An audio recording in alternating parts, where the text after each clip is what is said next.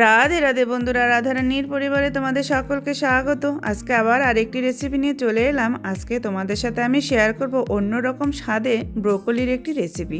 আশা করি এই রেসিপিটি তোমাদের ভালো লাগবে। ব্রোকলি তো আমরা অনেকেই স্যালাড হিসেবে খাই, তো আমি আজকে এইভাবে রান্না করছি, দেখো তোমাদের কেমন লাগে। একটা বড় সাইজের ব্রোকলি নিয়ে ভালো করে ধুয়ে এরকম কেটে নিয়েছি, আর ব্রোকলির ডান্ডিগুলোকে একটু মাঝখানে চিড়ে দিয়েছি যাতে ভালোভাবে সিদ্ধ হয়ে যায়। আর একটা আলু ডুমো ডুমো করে কেটে নিয়েছি। প্রথমে কড়া বসিয়ে দিলাম, কড়াতে দিয়ে দিলাম তেল। তেল দিয়ে এবারে আমি আলুটাকে ভালো করে লাল লাল করে ভেজে নেব। তেলটা গরম হয়ে গেছে, এবার আলু দিয়ে সামান্য পরিমাণে লবণ আর হলুদ দিয়ে আলুটাকে ভালো করে ভেজে নেব।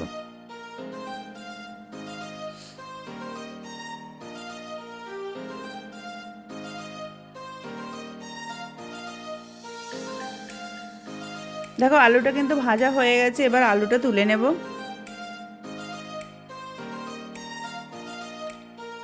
আলুটা তুলে এবার এই তেলের মধ্যেই আমি ব্রোকলিগুলোকে ভেজে নেব।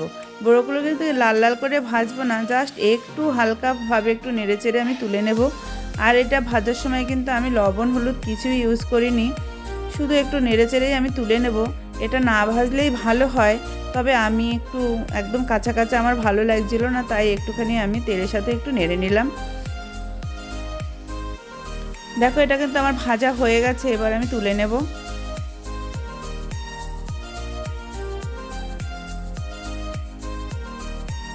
এবার কড়াতে একটু তেল দিয়ে দিলাম। তেল দিয়ে এবার ফোড়ন দিয়ে দেবো। প্রথমে একটা তেজপাতা ফোড়ন দিলাম, তারপরে দিলাম ছোটো চামচের 1 চামচ জিরে ফোড়ন, আর দিলাম লবঙ্গ, এলাচ, দারচিনি, আর দেবো কিছুটা গোলমরিচ।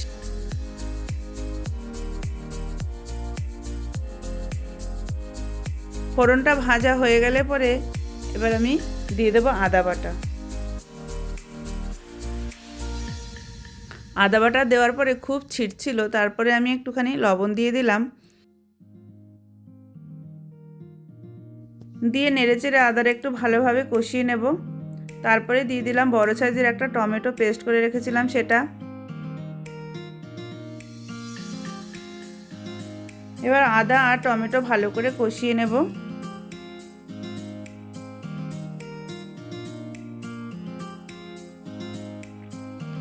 কষানো হয়ে গেলে এবার আমি এক এক করে গুঁড়ো মশলাটা দিয়ে নেব। প্রথমে দিয়ে দিলাম ছোটো চামচের 1 চামচ হলুদ গুঁড়ো, 1 চামচ ধনে গুঁড়ো, 1 চামচ জিরে গুঁড়ো, আর 1 চামচ ঝাল লঙ্কার গুঁড়ো। এবার সমস্ত মশলাটাকে আবার ভালোভাবে মিশিয়ে নেব। মেশানো হয়ে গেলে আমি দিয়ে দেব বেশ খানিকটা মটরশুঁটি।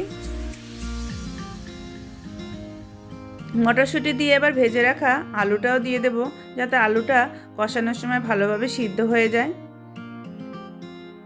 মটরশুঁটি আলু ভালোভাবে একটু কষিয়ে নেব, তারপরে সামান্য পরিমাণে জল দিয়ে সমস্ত মশলাটাকে আরেকটু ভালোভাবে 2 মিনিটের মতন কষিয়ে নেব। মশলাটা যত ভালো ভাজা হয় সবজিটা কিন্তু ততটা ভালোই টেস্ট হয়। এবারে দেখো এখানে 1 বাটি টক দই আমি ভালোভাবে ফেটিয়ে নিয়েছি, সেই টক দইটা দিয়ে দিলাম। 3 চামচ টক দই আছে এখানে, সেই টক দইটা ভালোভাবে ফেটিয়ে নিতে হবে, তারপরে সেটাকে আমি দিয়ে দিলাম। দিয়ে ভালোভাবে কষিয়ে এখন দিয়ে দিলাম আমি ছোটো চামচের 1 চামচ কাশ্মীরি লঙ্কার গুঁড়ো। এখন আবার 1 মিনিটের মতো আমি নেড়েচেড়ে ভালোভাবে কষিয়ে নেব, যতক্ষণ পর্যন্ত মশলা থেকে তেল না ছেড়ে আসছে। দেখো মশলাটা কিন্তু ভালোভাবে আমার কষানো হয়ে গেছে। এবার ভেজে রাখা ব্রোকলিগুলোকে আমি দিয়ে দেব। দিয়ে দেওয়ার পরে ভালোভাবে আবার একটু কষিয়ে নেব। এখন আমি দিয়ে দেব পরিমাণ মতো জল। জলটা যার যার নিজেদের আন্দাজ মতো দেবে। কেউ যদি একটু পাতলা ঝোল পছন্দ করো সে তখন এরকম রাখবে, আর কেউ যদি একদম শুকনো শুকনো করতে চাও সে ঝোলটা কম দেবে। জলটা দিয়ে নেড়েচেড়ে দিয়ে দেবো পরিমাণ মতো লবণ। লবণ দিয়ে এবার আমি 4 থেকে 5 মিনিটের জন্য ঢাকনা চাপা দিয়ে ঢেকে দেব। ফিরে এলাম 5 মিনিট বাদে। দেখো ব্রোকলির সবজি কিন্তু আমার মোটামুটি রেডি হয়ে এসছে। এবার একটু নেড়েচেড়ে আমি দিয়ে দেব একটা কাঁচা লঙ্কা চেরা,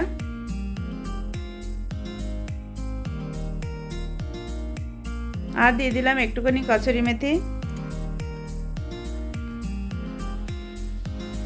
এবারে দিয়ে দিলাম স্বাদ মতো চিনি, আর দেব ছোটো চামচের 1 চামচ গরম মশলা গুঁড়ো। এবার নেড়েচেড়ে মিশিয়ে সব শেষে আমি দিয়ে দিলাম সামান্য পরিমাণে ঘি। নিরামিষ রান্নায় ঘি না দিলে কিন্তু সবজির টেস্টটা আসে না।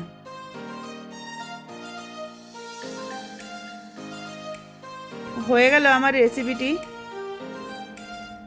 এবার আমি নামিয়ে পরিবেশন করব। দেখো ব্রোকলি রেসিপিটি আমার পুরোপুরি রেডি। তোমাদের কেমন লাগলো তোমরা আমাকে জানিও। উপর দিয়ে আমি একটু ধনেপাতা ছড়িয়ে এইভাবে তোমাদের সামনে নিয়ে এলাম।